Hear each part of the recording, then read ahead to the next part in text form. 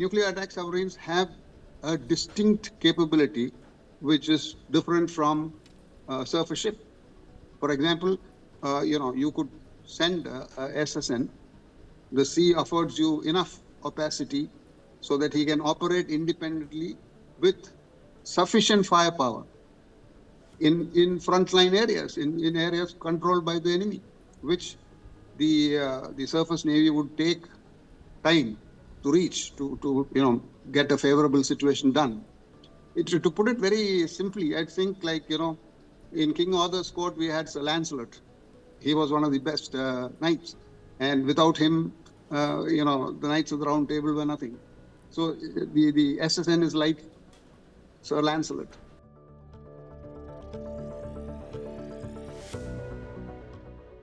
We had done a SSBN program and it's going on okay. The essential difference between the SSBN and the SSN is that in the capability of the reactor. An SSBN can afford to do slow speeds. It lies in wait for some order to come, but an SSN needs to move.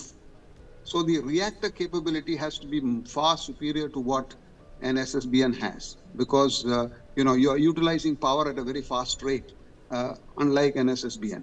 And to reach that reactor level, to reach the technology level of that sort of a reactor, I don't think we had the wherewithal for a very long time. I do not know the situation now, but I suppose we would reach there, and therefore this project may, see the light of the day.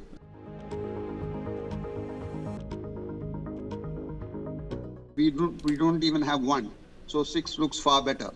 That's one part of looking at it.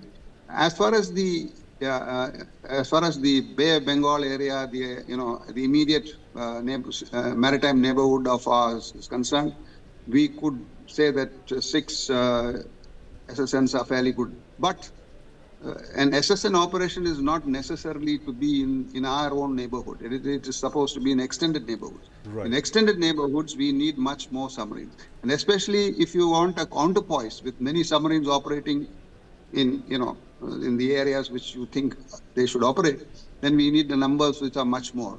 And when you talk about a force level of 6, remember that the operational availability is only 66%. So we're talking about 4 submarines available at a time.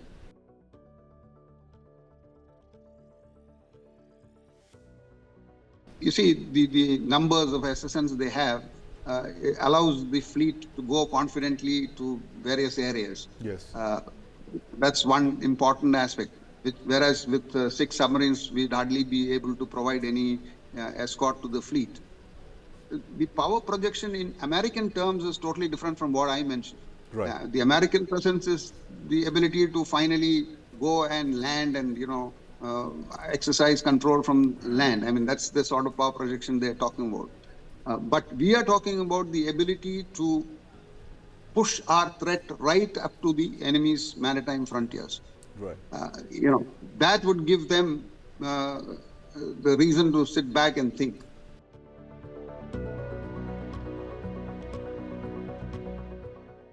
The SSN forms part of any major frontline strike groups, because they afford 2 things. One is an advanced anti-submarine action, and also the requisite firepower to counter anything which is coming in from either from submarines or from surface ships. That's one important aspect of theirs. But and they have various areas of interest in which they operate. There are 7 fleets and so on and so forth. Whereas we have to look at theaters where we want to operate, and therefore our numbers in such missions are limited. So the question now is, when the American Navy started building and had a force level planning which is extrapolated to today, things were different. For example, today we are talking about maritime domain, transparency, which is absolutely transparent. Yes. And the only place which has certain opacity, which affords certain information deniability, is the underwater. Right. And therefore, the submarine has an additional mission.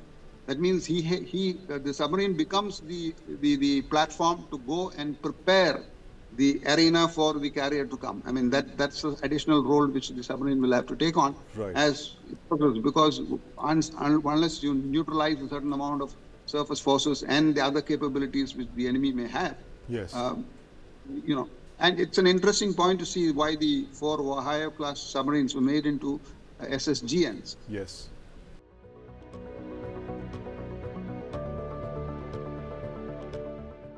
It is a definitional problem. A blue water navy, earlier defined itself, that is the ability to operate beyond the brown waters, to sustain with fleet support ships and so on and so forth. That's not the only thing. The blue water navy is to be able to sustain operations wherever it wants, and to sustain operations wherever it wants in the current scenario.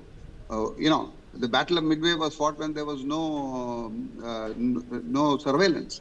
And it was a lucky chance that the Americans found the Japanese carrier group. That doesn't happen anymore. They know exactly where you are. The Americans are so worried about the ballistic missiles which are going to be fired at them, and so on and so forth. So when you talk about blue water capability, the ability to sustain there matters. And the only platforms currently which can sustain in those sort of situations are SSNs. And therefore, my one-word answer would be no.